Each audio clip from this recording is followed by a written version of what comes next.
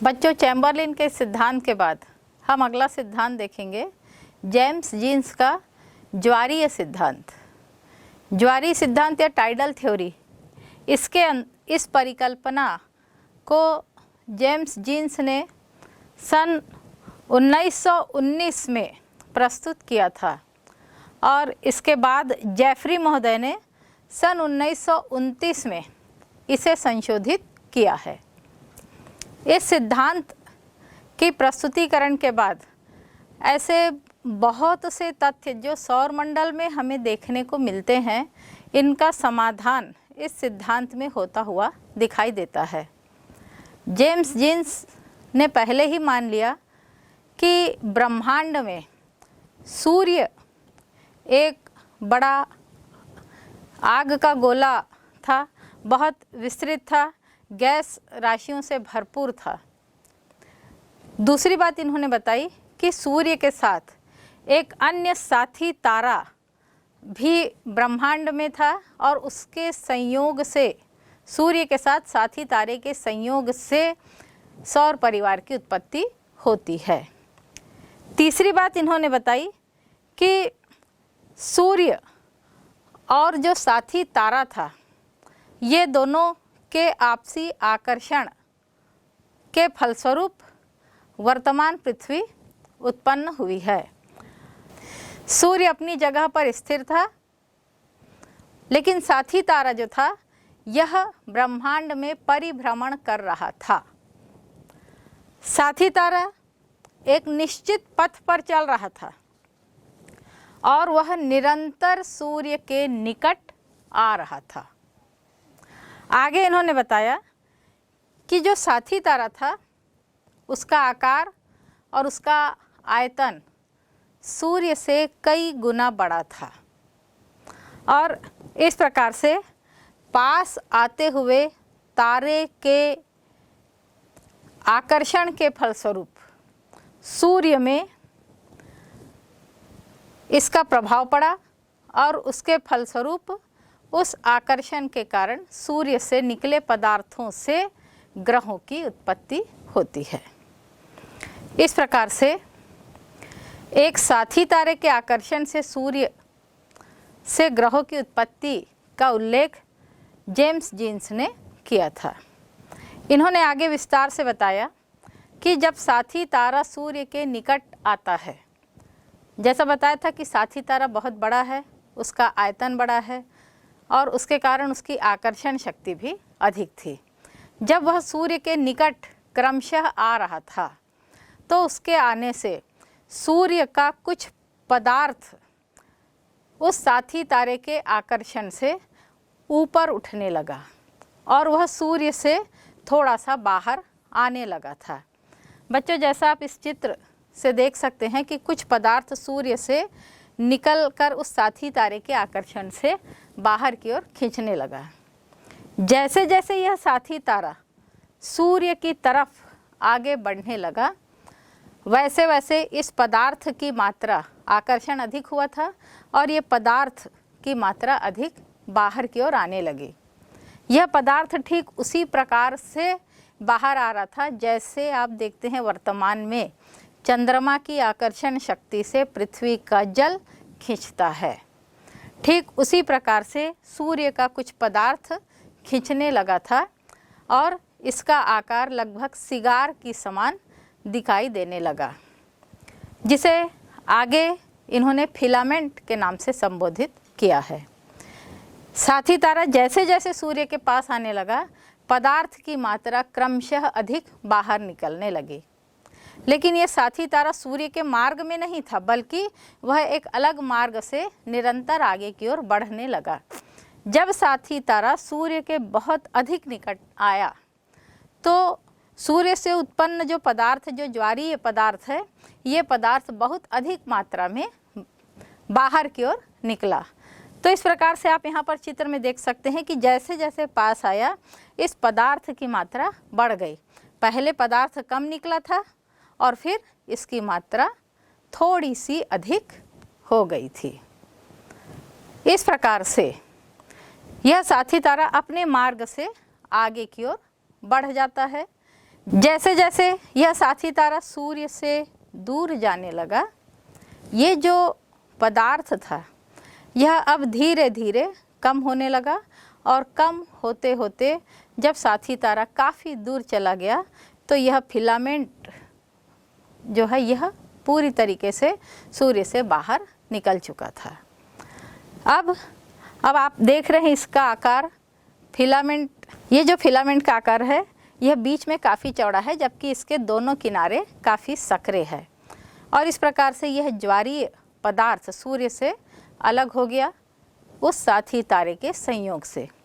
साथी तारा जो है अन्यत्र कहीं चला गया, लेकिन सूर्य से निकला यह जो पदार्थ आप देख रहे हैं यह पदार्थ अब वापस सूर्य से चूँकि बाहर निकल चुका था इसलिए वह सूर्य में जाकर नहीं मिलता।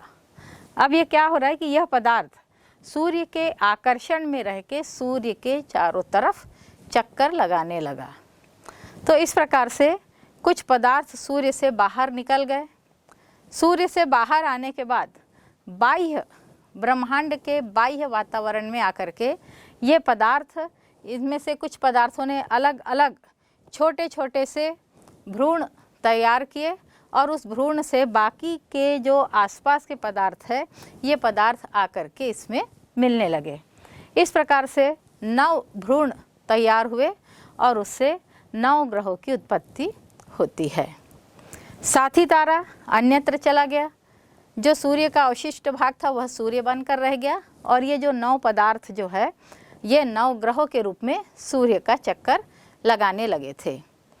कुछ पदार्थ जो बचे हुए थे इन पदार्थों को उसके आसपास के ग्रहों ने अपनी ओर आकर्षित करना प्रारंभ किया, लेकिन कुछ पदार्थों के और भी भ्रूण तैयार हुए और उनसे उपग्रह बन गए और ये सभी उपग्रह जो है यह अपने अपने ग्रहों के साथ सूर्य का चक्कर लगाने लगे। तो इस प्रकार से जेम्स जीन्स और जेफरी ने मिल करके यह जो सिद्धांत प्रस्तुत किया है कि एक सिगार की भांति कुछ पदार्थ बाहर आया और उससे 9 ग्रहों का विकास होता है। बच्चों, यहाँ पर हम इन ग्रहों को देखेंगे कि इसमें कई समस्याओं का समाधान भी हमें इस प्रकार की उत्पत्ति से मिलता है। यहाँ पर आप देख रहे हैं कि ग्रहों का आकार कैसा है। सूर्य के निकट के ग्रह बुध, शुक्र, पृथ्वी और मंगल छोटे ग्रह है। इनका आकार क्रमशः बढ़ रहा है। यदि हम मंगल को अपवाद के रूप में छोड़ दें तो ये क्रमशः बढ़ती अवस्था में है। फिर बृहस्पति, शनि, अरुण और वरुण, ये ग्रह, बृहस्पति सबसे बड़ा, फिर शनि, फिर अरुण, वरुण, ग्रहों का बीच के ग्रह बड़े हैं और उसके दोनों तरफ छोटे ग्रहों का आकार है। तो इस प्रकार से जो ग्रहों का आकार और ये जो ग्रहों का क्रम है यह क्रम इस सिगार की भांति स्पष्ट हो रहा है। जैसे सिगार बीच में चौड़ा था तो बीच के ग्रह बड़े बने हैं और किनारे में छोटे छोटे ग्रहों का क्रमशः विकास हुआ है।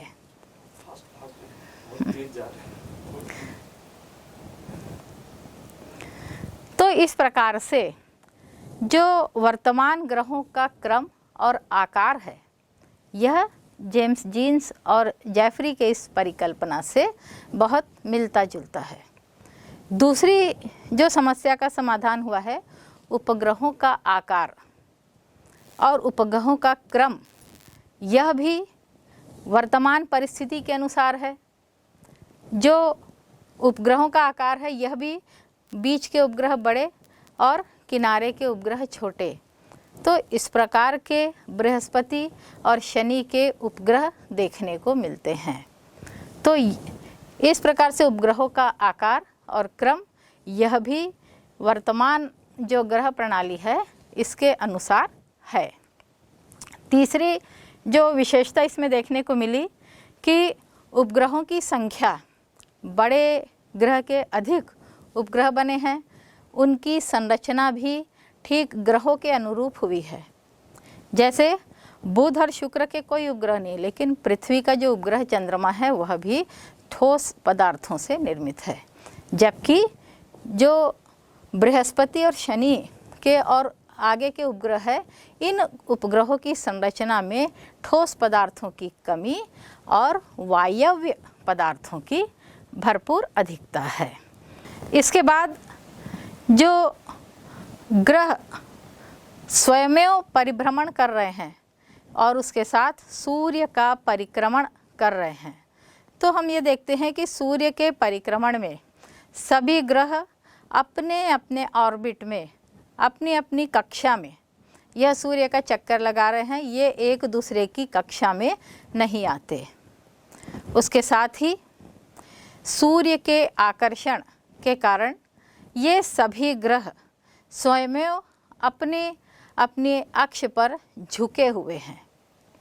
बच्चों, आप यहाँ पर इस सारणी से देख सकते हैं कि प्रत्येक ग्रह सीधा नहीं है, बल्कि वह अपने अक्ष पर कुछ अंश झुका हुआ है। ये सारणी से आप स्पष्ट समझ सकते हैं। जैसे आप जानते हैं कि पृथ्वी अपने अक्ष पर, अपनी कीली पर 23.5 अंश झुकी हुई है, तो इसी प्रकार से सभी ग्रहों का झुकाव भी इस से समझ में आता है।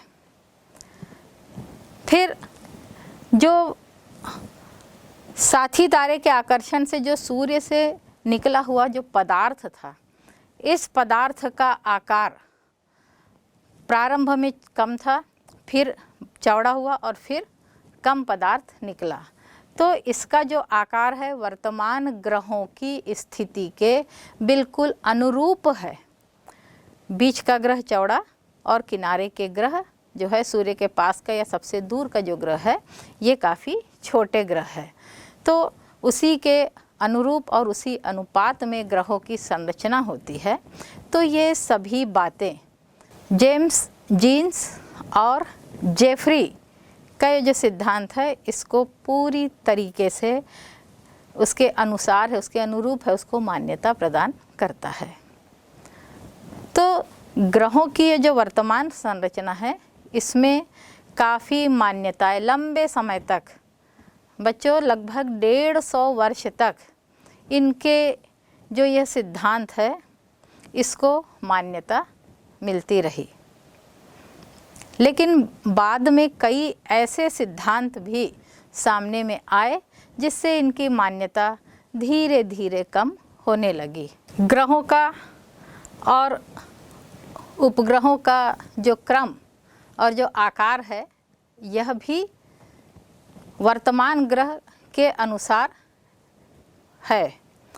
तो इस प्रकार से ग्रहों की परिभ्रमण गति जो है, यह इसको भी यदि हम देखें तो प्रत्येक ग्रह अपने अपने अक्ष में घूम रहा है और प्रत्येक ग्रह अपने अक्ष में कुछ न कुछ झुका हुआ है। यह सूर्य की आकर्षण शक्ति का प्रभाव है। उसके साथ ही ग्रह एक निश्चित ऑर्बिट में, एक निश्चित कक्षा में सूर्य का परिक्रमण कर रहे हैं और ये एक दूसरे की परिक्रमण स्थिति में नहीं जाते, अर्थात एक दूसरे की कक्षा में नहीं जाते। तो यह भी इस सिद्धांत से स्पष्ट होता है। और इस प्रकार से जो साथी तारे के आकर्षण से जो पदार्थ बाहर निकले हैं, इन पदार्थों के निकलने का जो स्वरूप है, अर्थात प्रारंभ में कम पदार्थ बाहर निकले हैं और बाद में जब साथी तारा निकट था तो अधिक पदार्थ बाहर निकले, और जैसे जैसे साथी तारा दूर चला गया पदार्थ फिर से कम हो गए। तो ये जो फिलामेंट या सिगार के आकार में ये जो पदार्थ बाहर निकला है और उससे ग्रहों की जो रचना हुई है, अर्थात सूर्य के निकट और सबसे दूर का ग्रह छोटा है और बीच के ग्रह क्रमशः बढ़ते क्रम के हैं। तो यह भी इस सिद्धांत से स्पष्ट होता है। तो इस प्रकार से इन्होंने अपने सिद्धांत में ऐसी कई बातों को रखा है, जो इस प्रकार से इन्होंने अपने सिद्धांत में जो बातों को प्रस्तुत किया है वो इनके सिद्धांत को आधार प्रदान करता है। बच्चों, ये तो इन्होंने अपने एक सिद्धांत की प्रस्तुति दी, लेकिन इनका सिद्धांत भी लंबे समय तक तो लोगों ने उसकी काफ़ी प्रशंसा की है, किंतु बाद में इसका भी मूल्यांकन किया गया, इसकी भी आलोचनाएं हुई है और आलोचना में सबसे पहली बात यह कही गई कि जो साथी तारा लगभग पास में आ रहा था वह तारा अब कहाँ चला गया, वह दूसरी बार सूर्य के करीब क्यों नहीं आया। यह बात जो जेम्स जीन्स ने कही है वह पुनः इसका उत्तर वो नहीं दे सके कि साथी तारा दोबारा क्यों नहीं आता है। दूसरी बात इन्होंने बताई कि सूर्य का जो व्यास है उससे ग्रहों की दूरी पर्याप्त अधिक है। जितना सूर्य का व्यास है उससे लगभग 500 गुना दूर बृहस्पति ग्रह है, और यदि हम नेपच्यून को देखें तो वह लगभग 3000 गुना दूर स्थित है। यदि हम एक फिलामेंट से ग्रहों की उत्पत्ति मांगते हैं तो यह फिलामेंट क्या इतने दूर तक विस्तृत हो चुका था। इस आधार पर तो ऐसा लगता है कि फिलामेंट पास पास ही था, इसलिए ग्रहों को इतने दूर नहीं जाना चाहिए। तो इस बात को बाद में जेम्स जीन्स और जेफरी ने स्वीकारा भी था, किंतु वह उस पर संशोधन नहीं कर पाए थे। तीसरा जो मूल्यांकन हुआ है कि पदार्थों का घनीभवन कैसे हुआ। जो सूर्य से निकले पदार्थ थे उसमें तापमान अधिक था, और अधिक तापमान के कारण ये पदार्थ बिखर जाने चाहिए, लेकिन इनका घनीभवन होकर के ये ग्रहों के रूप में परिणित हुए हैं। ऐसा जेम्स जीन्स ने जो बताया है और जेफरी ने इसका समर्थन किया है, इसका घोर मूल्यांकन हुआ या इसकी आलोचनाएं हुई, और उसके बाद इस सिद्धांत के बाद और भी सिद्धांत सामने में आते हैं।